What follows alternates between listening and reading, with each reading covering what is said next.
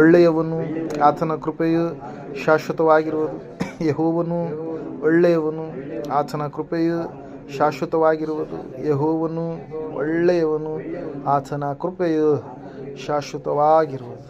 ಆಮೇನ್, ಆಮೇನ್, ಆಮೇನ್. Hallelujah. ಇವತ್ತಿನ ದಿವಸ ಬಹಳ ಮುಖ್ಯವಾಗಿರ್ತಕ್ಕಂಥ ಒಂದು ಸಂದೇಶವನ್ನು ನಾವು ಕೇಳಲಿಕ್ಕೆ ಹೋಗ್ತಾ ಇದ್ದೇವೆ.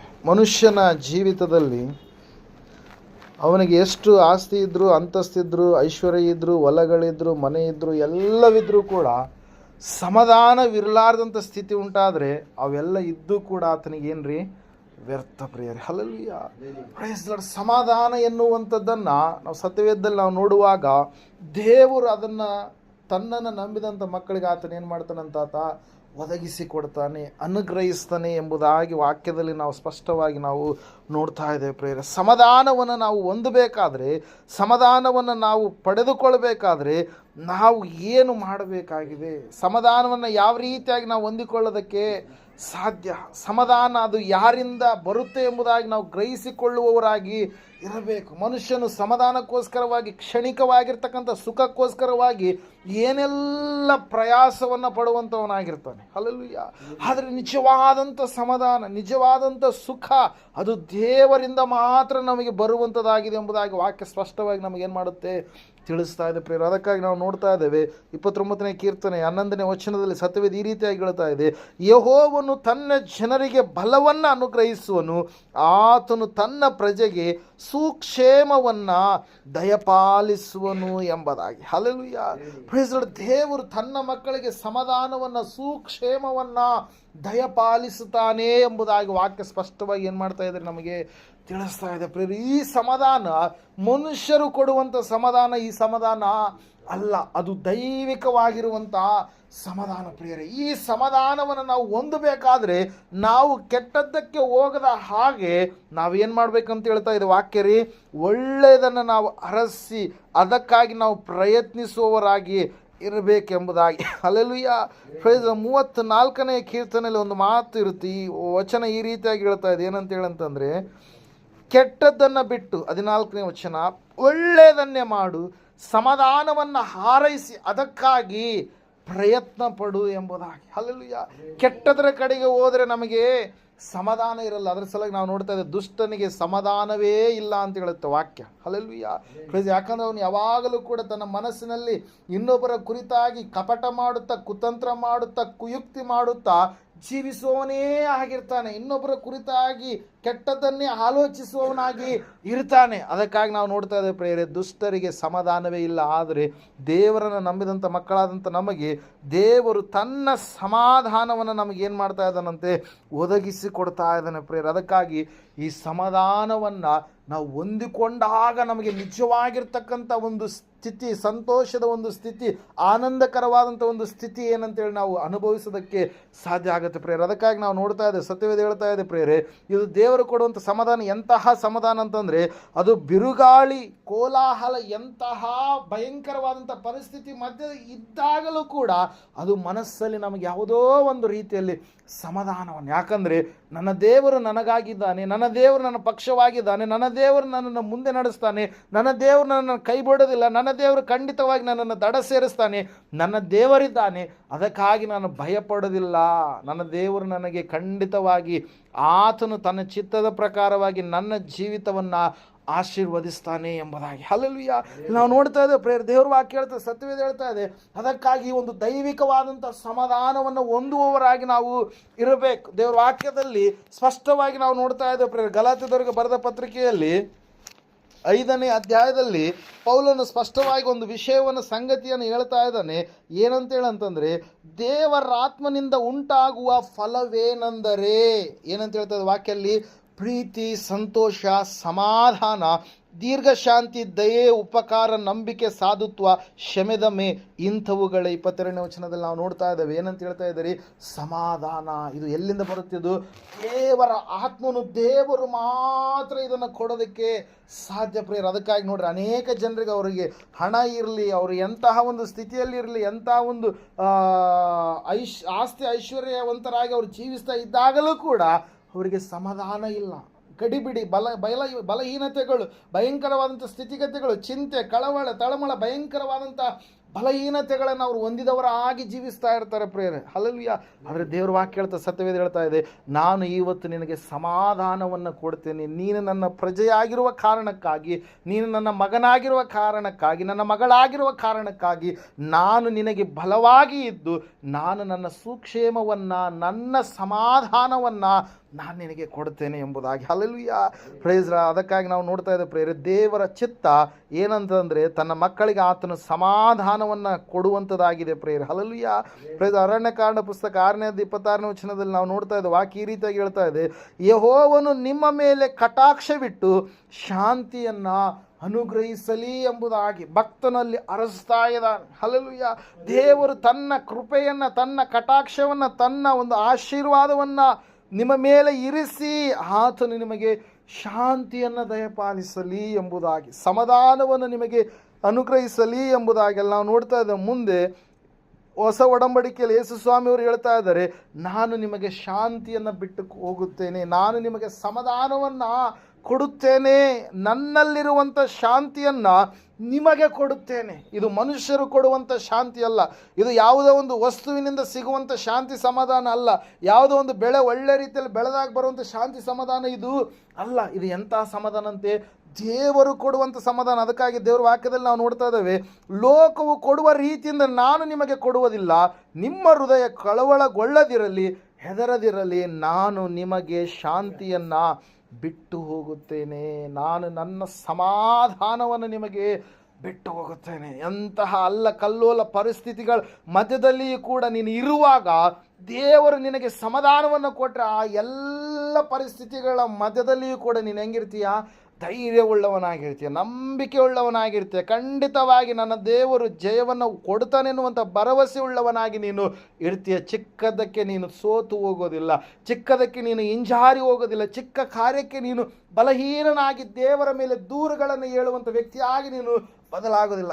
ಅದಕ್ಕಾಗಿ ನಾವು ನೋಡ್ತಾ ಇದ್ದೀವಿ, ಸತ್ಯವೇದ ಹೇಳ್ತಾ ಇದೆ ಸ್ಪಷ್ಟವಾಗಿ, ಏನಂತ ಹೇಳಿರಿ, ದೇವರು ನನಗೆ ನಿನಗೆ ತನ್ನ ಸಮಾಧಾನವನ್ನು, ತನ್ನ ಶಾಂತಿಯನ್ನು, ತನ್ನ ಸುಕ್ಷೇಮವನ್ನು ದಯಪಾಲಿಸಬೇಕಂತೇಳಿ ಆತನು ಇಷ್ಟಪಟ್ಟಿದ್ದಾನೆ ಪ್ರಿಯರೇ. ಅದಕ್ಕಾಗಿ ನಾವು ನೋಡ್ತಾ ಇದ್ದ ಅದೇ ಒಂದು ಯೋಹಾನ ಬರೆದ ಸುವಾರ್ತೆ 16ನೇ ವಚನದಲ್ಲಿ ವಾಕ್ಯ ಈ ರೀತಿಯಾಗಿ ಹೇಳ್ತಾ ಇದೆ, ನೀವು ನನ್ನಲ್ಲಿದ್ದು ಮನಃಶಾಂತಿಯನ್ನು ಹೊಂದಿದವರಾಗಿರಬೇಕೆಂದು ಇದನ್ನೆಲ್ಲ ನಿಮಗೆ ಹೇಳಿದ್ದೇನೆ. ಯೇಸುವಿನಲ್ಲಿ ನಾವು ಇದ್ದು, ಯಾರಲ್ಲಿರುವಾಗ ಅಂತ ಹೇಳ್ತಾ ಇದ್ದ ವಾಕ್ಯ, ಕ್ರಿಸ್ತನಲ್ಲಿ, ಯೇಸು ಕ್ರಿಸ್ತನಲ್ಲಿ ನಾನು ನೀನು ಇರುವಾಗ ಆ ಒಂದು ಮನಃಶಾಂತಿಯನ್ನು ನಾವು ಹೊಂದುವುದಕ್ಕೆ ಸಾಧ್ಯವಾಗಿ ಇರುತ್ತೆ ಪ್ರೇರ. ಆ ಶಾಂತಿ, ಶಾಶ್ವತವಾದಂಥ ಶಾಂತಿ ಬೇರೆಲ್ಲಿಯೂ ಕೂಡ ಲೋಕದಲ್ಲಿ ಸಿಗೋದಕ್ಕೆ ಸಾಧ್ಯ ಇಲ್ಲ. ಮನುಷ್ಯನು ಹುಡುಕ್ತಾ ಇದ್ದಾನೆ ಇವತ್ತಿನ ದಿವಸ, ತನಗೆ ಸಂತೋಷ ಎಲ್ಲಿ ಸಿಗುತ್ತೋ, ತನಗೆ ಪ್ರೀತಿ ಎಲ್ಲಿ ಸಿಗುತ್ತೋ, ತನಗೆ ಸಮಾಧಾನ ಎಲ್ಲಿ ಸಿಗುತ್ತೋ ಅಂತೇಳಿ. ಹಲ್ಲೆಲೂಯಾ. ಆದರೆ ಎಲ್ಲಿ ಹುಡುಕಿದ್ರು ಲೋಕದಲ್ಲಿ ಎಲ್ಲಿಯೂ ಕೂಡ ಶಾಂತಿ, ಸಮಾಧಾನ, ಪ್ರೀತಿ ಇಲ್ಲವೇ ಇಲ್ಲ ಪ್ರಿಯರ. ಆ ಪ್ರೀತಿ, ಶಾಂತಿ, ಸಮಾಧಾನ ದೇವರಾತ್ಮನಿಂದ ಬಂದಿರುವಂಥದ್ದು, ದೇವರಿಂದ ಬಂದಿರುವಂಥದ್ದು. ಅದನ್ನು ದೇವರ ಮಕ್ಕಳು ಮಾತ್ರ ಹೊಂದಿಕೊಳ್ಳೋದಕ್ಕೆ ಸಾಧ್ಯ ಪ್ರಿಯರೇ. ಹಲ್ಲೆಲೂಯಾ. ಅದಕ್ಕಾಗಿ ನಾವು ನೋಡ್ತಾ ಇದ್ದೇವೆ ಪ್ರಿಯರೇ, ಶಾಶ್ವತವಾಗಿರುವಂಥದ್ದು ಅದು. ಹಲ್ಲೆಲೂಯಾ. ಅದು ಸ್ವಲ್ಪ ಹೊತ್ತು ಇದ್ದು ಮತ್ತೆ ಪುನಃ ಹೋಗುವಂಥದ್ದಲ್ಲ, ಯಾವಾಗಲೂ ಕೂಡ ಎಟರ್ನಲ್ ಪೀಸ್ ಎಂಬುದಾಗಿ ನಾವು ಅದನ್ನು ಏನು ಮಾಡ್ತೀವಿ ರೀ, ಕರಿತೀವಿ. ಶಾಶ್ವತವಾಗಿರ್ತಕ್ಕಂಥ ಸಮಾಧಾನ, ಈ ಲೋಕದಲ್ಲಿ ಇದ್ದಾಗಲೂ ಸಮಾಧಾನ, ಈ ಲೋಕವನ್ನು ಬಿಟ್ಟು ಹೋದಾಗಲೂ ಕೂಡ ಸಮಾಧಾನ. ಯಾಕಂದರೆ ನಾವು ನೋಡ್ತಾ ಇದ್ವಿ, ಯೇಸು ಹೇಳಿದ್ದಾರೆ, ಆತನನ್ನು ಯಾರು ನಂಬುತ್ತಾರೋ, ನಂಬಿ ದೀಕ್ಷಾ ಸ್ನಾನ ಮಾಡಿಸಿಕೊಂಡು ಆತನ ಮಕ್ಕಳಾಗಿ ಯಾರು ಜೀವಿಸ್ತಾರೋ, ಆತನ ಮಾರ್ಗದಲ್ಲಿ ಆಜ್ಞೆಯಲ್ಲಿ ಯಾರು ನಡೆಯುವವರಾಗಿರ್ತಾರೋ ಅವರನ್ನು ದೇವರು ಏನು ಮಾಡ್ತಾನಂತೆ, ತಾನು ಬರುವಂಥ ಸಮಯದಲ್ಲಿ, ಲೋಕಕ್ಕೆ ನ್ಯಾಯ ತೀರ್ಪು ಮಾಡುವಂಥ ಸಮಯದಲ್ಲಿ ತನಗಾಗಿ ತನ್ನ ಮಕ್ಕಳಾಗಿ ಜೀವಿಸಿದಂಥವ್ರನ್ನ ಆತನ ಏನು ಮಾಡ್ತಾನೆ ರೀ, ಪುನರುತ್ಥಾನಗೊಳಿಸ್ತಾನೆ. ಏನು ಮಾಡ್ತಾನೆ ರೀ, ಅವರನ್ನು ಎಬ್ಬಿಸ್ತಾನೆ, ಅವರಿಗೆ ಮಹಿಮೆ ಶರೀರಗಳನ್ನು ಕೊಡ್ತಾನೆ, ಅವರನ್ನು ಯುಗ ಯುಗಾಂತರಗಳವರೆಗೆ ತನ್ನ ಬಳಿಯಲ್ಲಿಯೇ ಇರಬೇಕಂತೇಳಿ ಏನು ಮಾಡಿದಾನೆ, ಅವ್ರನ್ನ ಆರಿಸಿಕೊಂಡಿದ್ದಾನೆ ಪ್ರೇಯರ್. ಹಲ್ಲೆಲೂಯಾ. ಈ ಮಣ್ಣಿನ ಶರೀರಕ್ಕೆ ರೋಗಗಳು ಬರ್ತವೆ, ಈ ಮಣ್ಣಿನ ಶರೀರಕ್ಕೆ ಗಾಯಗಳಾಗ್ತವೆ, ಈ ಮಣ್ಣಿನ ಶರೀರ ಚಿಂತೆಯಲ್ಲಿ, ದುಃಖದಲ್ಲಿ, ನೋವಿನಲ್ಲಿ, ಕಣ್ಣೀರಿನಲ್ಲಿ, ಗೋಳಾಟದಲ್ಲಿರುತ್ತೆ. ಆದರೆ ದೇವರು ನಮಗೆ ಕೊಡಲಿಕ್ಕಿರ್ತಕ್ಕಂಥ ಆ ಹೊಸ ಶರೀರಗಳು, ಈ ಹೊಸ ಶರೀರಗಳು, ಮಹಿಮೆಯ ಶರೀರಗಳು, ಅವು ಎಂದಿಗೂ ಕೂಡ ಏನಾಗಲ್ರಿ, ಅವು ಬಳಲಿ ಹೋಗೋದಿಲ್ಲ. ಅದಕ್ಕೆ ರೋಗ ಇಲ್ಲ, ಅದಕ್ಕೆ ಮರಣ ಇಲ್ಲ, ಅದಕ್ಕೆ ಕಣ್ಣೀರಿಲ್ಲ, ಅದಕ್ಕೆ ಗೋಳಾಟ ಇಲ್ಲ.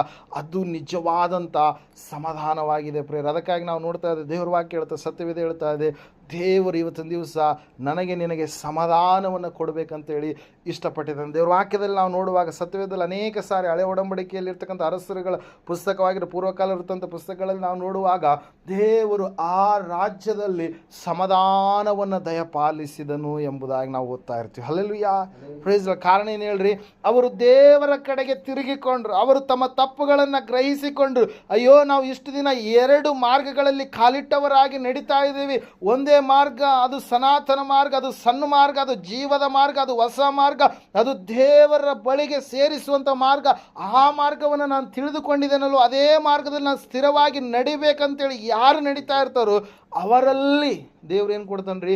ಸಮಾಧಾನವನ್ನು ಕೊಡ್ತಾನೆ. Prayer hallelujah, praise Lord. ನಾವು ನೋಡ್ತಾ ಇದ್ದೇವೆ ಅನೇಕ ಅರಸರುಗಳು ದೇವರ ಕಡೆಗೆ ಪುನಃ ತಿರುಗಿಕೊಂಡಾಗ, ತಮ್ಮ ಪಾಪ ಕೃತ್ಯಗಳನ್ನು ಬಿಟ್ಟು ಪಶ್ಚಾತ್ತಾಪಪಟ್ಟು ದೇವರ ಬಳಿಯಲ್ಲಿ ಪುನಃ ಅವರು ತಿರುಗಿದಾಗ ದೇವರಂತೆ ಅವರ ಜೀವಿತದಲ್ಲಿ ಸಮಾಧಾನವನ್ನು ಕೊಟ್ಟನಂತೆ. Hallelujah, praise Lord. ಯುದ್ಧಗಳನ್ನು ದೇವರು ನೀಗಿಸಿದ, ಹೋರಾಟಗಳನ್ನು ದೇವರು ತೆಗೆದುಹಾಕಿದ, ಕಳವಳಗಳನ್ನು ದೇವರು ತೊಲಗಿಸಿದ, ಶತ್ರುಗಳ ಕಾಟದಿಂದ ದೇವರು ಏನು ಮಾಡಿದ?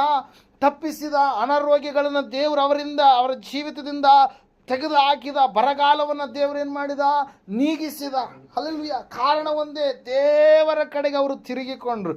ಇವತ್ತು ನಾವು ದೇವರ ಕಡೆಗೆ ತಿರುಗಿಕೊಳ್ಳುವಾಗ ನಿಜವಾದಂಥ ಸಮಾಧಾನವನ್ನು ಈ ಭೂಲೋಕದಲ್ಲಿ ನಾವು ಅನುಭವಿಸೋದಕ್ಕೆ ಸಾಧ್ಯ ಆಗುತ್ತೆ ಪ್ರೇರ. ಅದನ್ನು ನಾವೇನು ಮಾಡಬೇಕು? ಪರಿಪೂರ್ಣವಾಗಿ ನಾವು ಕಂಡುಕೊಳ್ಳುವವರಾಗಿ ಇರಬೇಕು. ಪರಿಪೂರ್ಣವಾಗಿ ಅದನ್ನು ನಾವು ಮನಗಾಣು ಜೀವಿಸುವಂಥವರಾಗಿ ಇರಬೇಕು. Hallelujah, praise Lord. ಅದಕ್ಕಾಗಿ ನಾವು ನೋಡ್ತಾ ಇದ್ದೇವೆ, ಸತ್ಯವೇದ ಹೇಳ್ತಾ ಇದೆ ಪ್ರೇರ ಸ್ಪಷ್ಟವಾಗಿ ಏನಂತ ಹೇಳಂತಂದರೆ, ಆತನು ನನಗೆ ಮನಃಶಾಂತಿಯನ್ನು, ಆತನು ನಮಗೆ ಮನಃಶಾಂತಿಯನ್ನು ಕೊಡಬೇಕಂತೇಳಿ ಆತನು ಇಷ್ಟಪಟ್ಟು, ಲೋಕದಲ್ಲಿರ್ತಕ್ಕಂಥ ಎಲ್ಲ ಸಂಕಟಗಳ ಮಧ್ಯದಲ್ಲಿಯೂ ನೀವು ಧೈರ್ಯವಾಗಿರ್ರಿ, ನಾನು ಲೋಕವನ್ನು ಜಯಿಸಿದ್ದೇನೆ, ನಾನು ನಿಮಗೆ ಶಾಂತಿಯನ್ನು ಕೊಡುತ್ತೇನೆ, ನಾನು ನಿಮಗೆ ಸಮಾಧಾನವನ್ನು ಕೊಡುತ್ತೇನೆ ಎಂಬುದಾಗಿ. ಅದಕ್ಕಾಗಿ ಯೇಸು ಸ್ವಾಮಿ ಬಳಿಯಲ್ಲಿ ಅನೇಕ ಜನರು ಬಂದಾಗ, ಹೋಗು, ನಿನ್ನ ನಂಬಿಕೆ ನಿನ್ನನ್ನು ಸ್ವಸ್ಥ ಮಾಡಿತು, ನಿನಗೆ ಸಮಾಧಾನವಾಗಲಿ ಎಂಬುದಾಗಿ ಆತನೇನು ಮಾಡಿದ? ಹರಸಿದ ಪ್ರಿಯರೇ. Hallelujah, praise Lord. ಅದಕ್ಕಾಗಿ ನಾವು ನೋಡ್ತಾ ಇದ್ದೇವೆ, ದೇವರು ವಾಕ್ಯ ಹೇಳ್ತಾ, ಸತ್ಯವೇದ ಹೇಳ್ತಾ ಇದೆ ಪ್ರಿಯರೇ, ದೇವರನ್ನು ನಂಬಿದ ಮಕ್ಕಳಿಗೆ ಈ ಲೋಕದಲ್ಲಿಯೂ ಸಮಾಧಾನ, ದೇವರನ್ನು ನಂಬಿದ ಮಕ್ಕಳಿಗೆ ಈ ಲೋಕವನ್ನು ಬಿಟ್ಟು ಹೋದ ಮೇಲೆಯೂ ಕೂಡ ಸಮಾಧಾನವನ್ನು ದೇವರು ತಾನೇ ಏನು ಮಾಡ್ತಾನೆ ರೀ? ಅನುಗ್ರಹಿಸ್ತಾನೆ ಪ್ರಿಯರೇ. ಅದಕ್ಕಾಗಿ ಫಿಲಿಪ್ಪರಿಗೆ ಬರೆದ ಪತ್ರಿಕೆ 4ನೇ 6-7 ವಚನಗಳು ಓದುವಾಗ, ಯಾವ ಸಂಬಂಧವಾಗಿಯೂ ಚಿಂತೆ ಮಾಡದೆ ಸರ್ವ ವಿಷಯದಲ್ಲಿ ದೇವರ ಮುಂದೆ ಕೃತಜ್ಞತಾ ಸ್ತುತಿಯನ್ನು ಪ್ರಾರ್ಥನೆ ವಿಜ್ಞಾಪನೆಗಳನ್ನು ಮಾಡುತ್ತಾ ನಿಮಗೆ ಬೇಕಾದದ್ದನ್ನು ತಿಳಿಯಪಡಿಸಿರಿ. ಆಗ ಎಲ್ಲ ಗ್ರಹಿಕೆಯನ್ನು ಮೀರುವ ದೇವಶಾಂತಿಯು ನಿಮ್ಮ ಹೃದಯಗಳನ್ನು ಯೋಚನೆಗಳನ್ನು ಕ್ರಿಸ್ತ ಯೇಸುವಿನಲ್ಲಿ ಕಾಯುವುದು ಎಂಬುದಾಗಿ. ಹಲ್ಲೆಲೂಯಾ. ದೇವರ ಸಮಾಧಾನ ಎಂದರೆ ಆತನು ನಮಗೆ ಕೊಡುವಂಥ ಸಮಾಧಾನವಾಗಿ, ಅದು ಸ್ವಂತ ಸಮಾಧಾನ, ದೇವರಿಂದ ಬಂದಿರತಕ್ಕಂಥ ಸಮಾಧಾನ. ಅದಕ್ಕಾಗಿ ನಾವು ಯಾವ ವಿಷಯದಲ್ಲಿ ಏನು ಮಾಡಬಾರ್ದು ರೀ?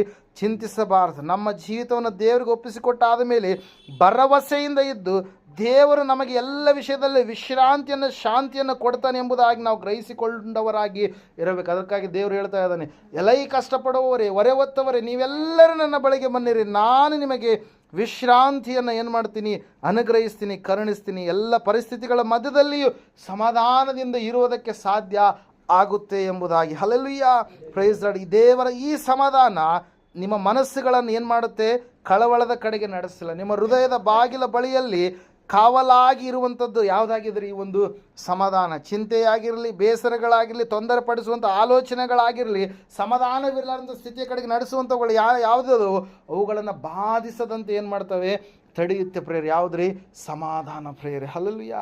ಅದಕ್ಕಾಗಿ ಸಮಾಧಾನವನ್ನು ಆರೈಸಿ ನಾವು ಅದಕ್ಕಾಗಿ ಪ್ರಯತ್ನ ಪಡಬೇಕು, ಸಮಾಧಾನವನ್ನು ಹೊಂದಿಕೊಳ್ಳುವುದಕ್ಕಾಗಿ. Hallelujah, price. ಅದಕ್ಕಾಗಿ ನಾವು ನೋಡ್ತಾ ಇದ್ದೇವೆ, ಒಂದು ಸಾರಿ ಯೇಸು ಸ್ವಾಮಿಯವರು ಒಂದು ದೃಷ್ಟಾಂತವನ್ನು ನಾವು ನೋಡ್ತಾ ಇದ್ದೇವೆ. ಒಂದು ವಿಷಯವನ್ನು, ಸಂಗತಿಯನ್ನು ತಿಳಿಸ್ತಾ ಇದ್ದಾರೆ. ಆ ವಿಷಯ ಸಂಗತಿ ಏನಾಗಿತ್ತು ಎಂಬುದಾಗಿ ನಾವು ನೋಡುವಾಗ, ಲೂಕನು ಬರೆದ ಸುವಾರ್ತೆಯಲ್ಲಿ 16ನೇ ಅಧ್ಯಾಯದಲ್ಲಿ ಈ ರೀತಿಯಾಗಿ ವಾಕ್ಯ ಹೇಳ್ತಾ ಇದೆ. ಒಂದು ಸಾರಿ ಓದಿಕೊಳ್ಳೋಣ.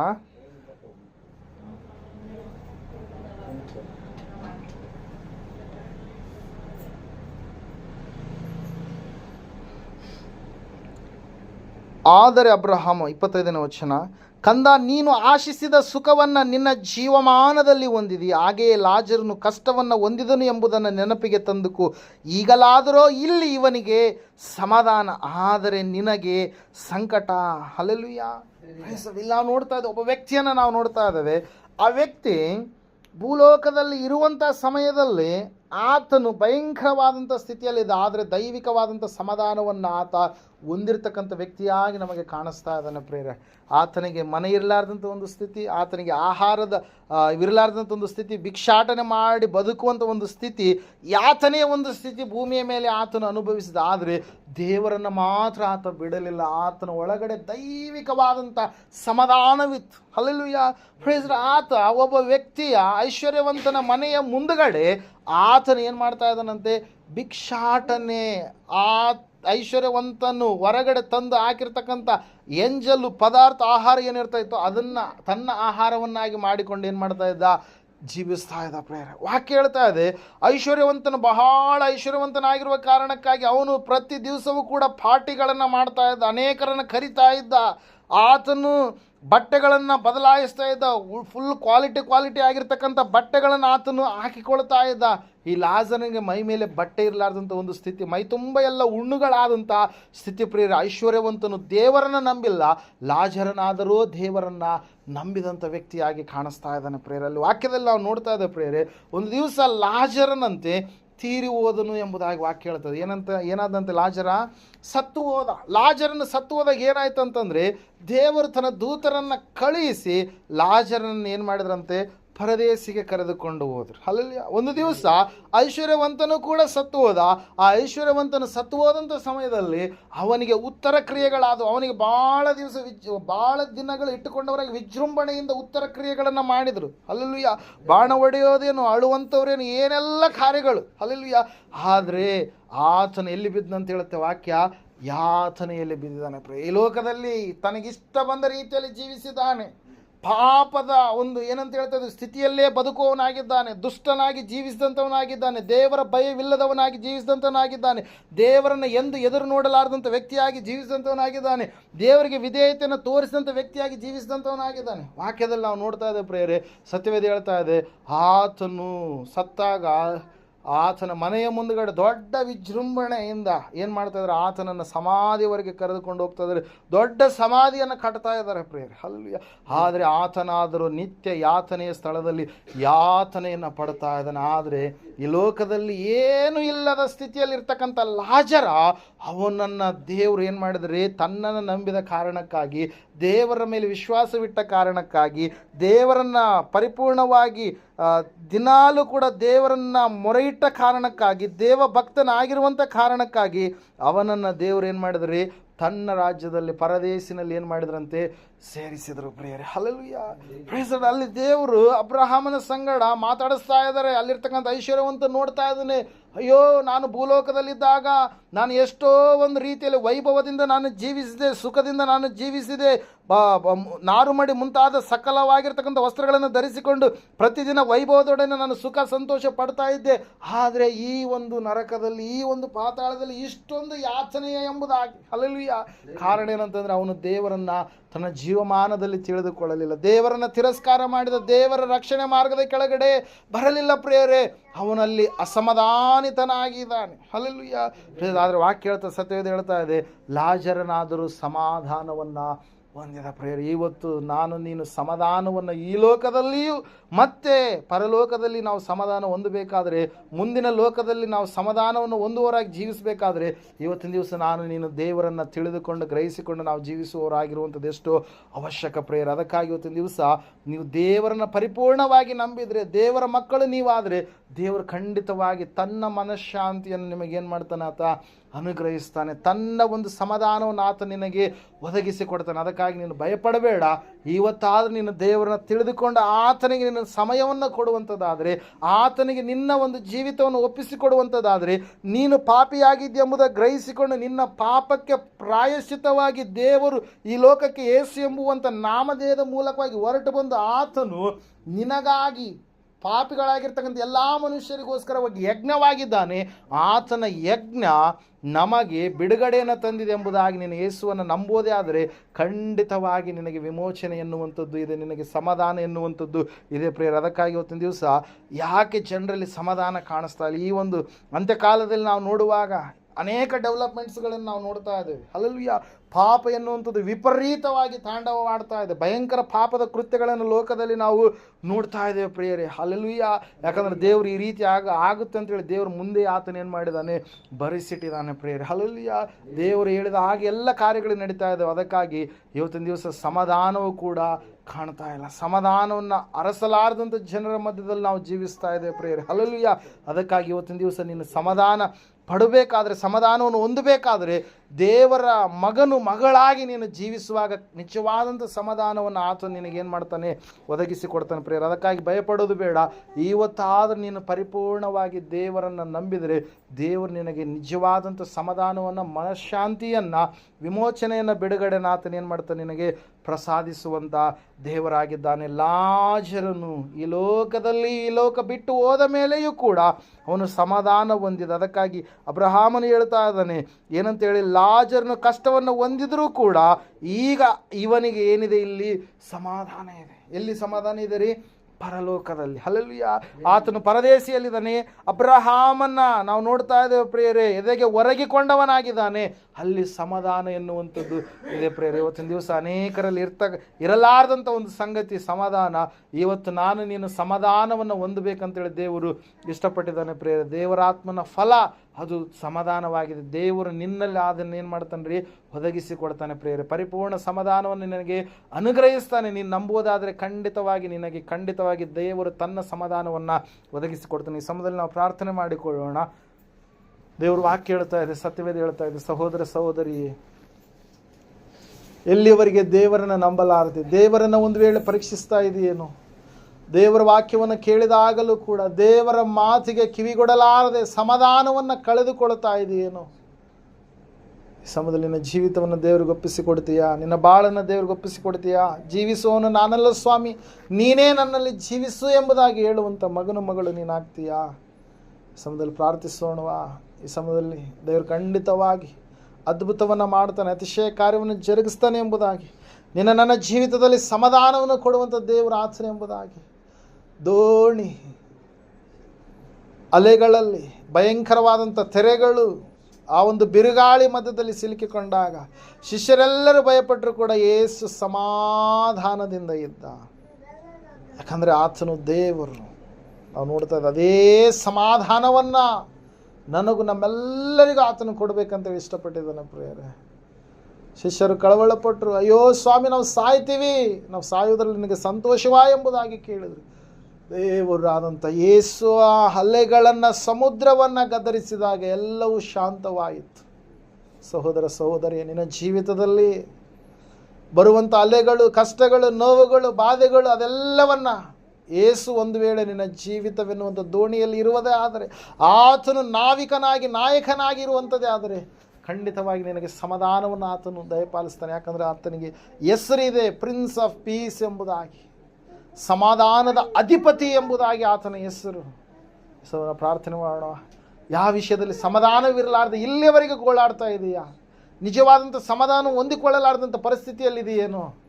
ಒಂದು ಸಾರಿ ಪ್ರಾರ್ಥನೆ ಮಾಡೋಣವಾ? ಒಂದು ಸಾರಿನ ಬಾಯಿ ತೆರೆದು ಪ್ರಾರ್ಥನೆ ಮಾಡಿ, ದೇವರೇ ನಿನ್ನ ಸಮಾಧಾನವನ್ನು ನನಗೆ ಕೊಡಯ್ಯ. ಭಯಂಕರವಾದಂಥ ಬಿರುಗಾಳಿ ಮಧ್ಯದಲ್ಲಿ ಸಮಾಧಾನ, ದುಃಖ, ಅವಮಾನ, ಕಣ್ಣೀರಿನ ಮಧ್ಯದಲ್ಲಿ ಸಮಾಧಾನ, ದೇವ ಆ ಸಮಾಧಾನ ನನಗೆ ಕೊಡು ಎಂಬುದಾಗಿ ಪ್ರಾರ್ಥನೆ ಮಾಡೋಣ. ಮಹೋನ್ನತರು, ಮಹಾಪರಿಶುದ್ಧನಾದ ಮಹಾದೇವರೇ, ನಿನಗೆ ಸ್ತೋತ್ರಗಳಪ್ಪ. ಕೇಳಿದಂಥ ವಾಕ್ಯ, ಬಿತ್ತಿದಂಥ ಬೀಜ 100ರಷ್ಟು ಫಲ ಕೊಡೋದು ಸಹಾಯ ಮಾಡಿ ನಡೆಸಪ್ಪ. ಹೌದು ರಾಜನೇ, ಸಮಾಧಾನ ಪಡುವವರು ಧನ್ಯರು, ಅವರು ದೇವರ ಮಕ್ಕಳೆನ್ನಿಸಿಕೊಳ್ಳುವರು ಎಂಬುದಾಗಿ ನಾವು ನೋಡ್ತಾ ಇದ್ದೇವೆ. ಸಮಾಧಾನ ಪಡಿಸುವವರು ಧನ್ಯರು ಎಂಬುದಾಗಿ ಸ್ವಾಮಿ. ಹೌದು ರಾಜನೇ, ಸಮಾಧಾನವನ್ನು ನಾವು ಹೊಂದಿಕೊಂಡು ಆ ಸಮಾಧಾನವನ್ನು ಇತರರಿಗೂ ಕೂಡ ತಿಳಿಸುವ ಮಕ್ಕಳಾಗುವಂತೆ ಸಹಾಯ ಮಾಡಯ್ಯ. ಯಾವ ವಿಷಯದಲ್ಲಿ ಬಿದ್ದು ಹೋಗದೆ, ಸೋತು ಹೋಗದೆ ಸ್ವಾಮಿ, ನಿಜವಾದಂಥ, ದೈವಿಕವಾದಂಥ, ಶಾಶ್ವತವಾದಂಥ ಶಾಂತಿ, ಸಮಾಧಾನವನ್ನು ಸ್ವಾಮಿ ನಾವು ಹೊಂದಿಕೊಳ್ಳುವಂತೆ ಸಹಾಯ ಮಾಡಿ ನಡೆಸಪ್ಪ. ಒಂದು ವೇಳೆ ಅನಾರೋಗ್ಯ, ಒಂದು ವೇಳೆ ಬಾಧೆ, ಯಾವುದೋ ಒಂದು ಚಿಂತೆ, ಯಾವುದೋ ಒಂದು ವ್ಯಥೆ, ಯಾವುದೋ ಒಂದು ಸೋಲು, ಸಾಲ, ಬಲಹೀನತೆ, ಸಮಾಧಾನವಿರಲಾರ್ದಂಥ ಸ್ಥಿತಿಯ ಕಡೆಗೆ ನಡೆಸಿದೆಯೇನು ಸ್ವಾಮಿ. ದೇವರೇ, ಸಂಪೂರ್ಣವಾಗಿ ರಾಜ್ಯನೇ ನೀನು ಅವುಗಳನ್ನು ಗದರಿಸುವಾಗ, ಸಾಲವಾಗಿರಲಿ, ರೋಗವಾಗಿರಲಿ, ಬಾಧೆಯಾಗಿರಲಿ, ಚಿಂತೆಯಾಗಿರಲಿ ಸ್ವಾಮಿ, ಗದರಿಸುವಾಗ ಎಲ್ಲವೂ ಸಮಾಧಾನವಾಗುತ್ತೆ, ಎಲ್ಲವೂ ಬಿಡುಗಡೆ ಆಗುತ್ತಪ್ಪ.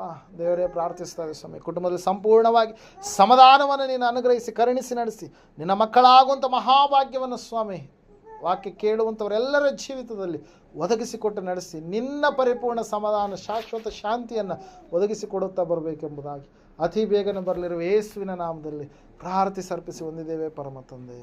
ಆಮೇನ್, ಆಮೇನ್, ಆಮೇನ್. ನಮ್ಮ ತಂದೆಯಾದ ದೇವರ ಶಾಶ್ವತವಾದ ಪ್ರೀತಿ, ಕುಮಾರನಾಗಿ ಬಂದರೆ ಯೇಸು ಕ್ರಿಸ್ತನ ಶಾಶ್ವತವಾದ ಕೃಪೆ, ಪರಿಶುದ್ಧಾತ್ಮ ದೇವರ ಶಾಶ್ವತವಾದ ಅನ್ಯತೆ ನಡೆಸೋಕೆ, ಅಲಂಕರಿಸಿ ಬಲಪಡಿಸೋಕೆ, ಕೂಡಿ ಬಂದರೆ ಇವರ ಸಂಘಗಳಲ್ಲಿ ಸಕಲ ಸದ್ಭಕ್ತರ ಸಂಘ, ಪ್ರಪಂಚದ ಸಂಘಗಳಲ್ಲಿ ಸದಾಕಾಲ ನೆಲೆಯಾಗಿರಲಿ ಸ್ವಾಮಿ. ಆಮೇನ್. ಯೇಸು ರಕ್ತಕ್ಕೆ ಜಯ.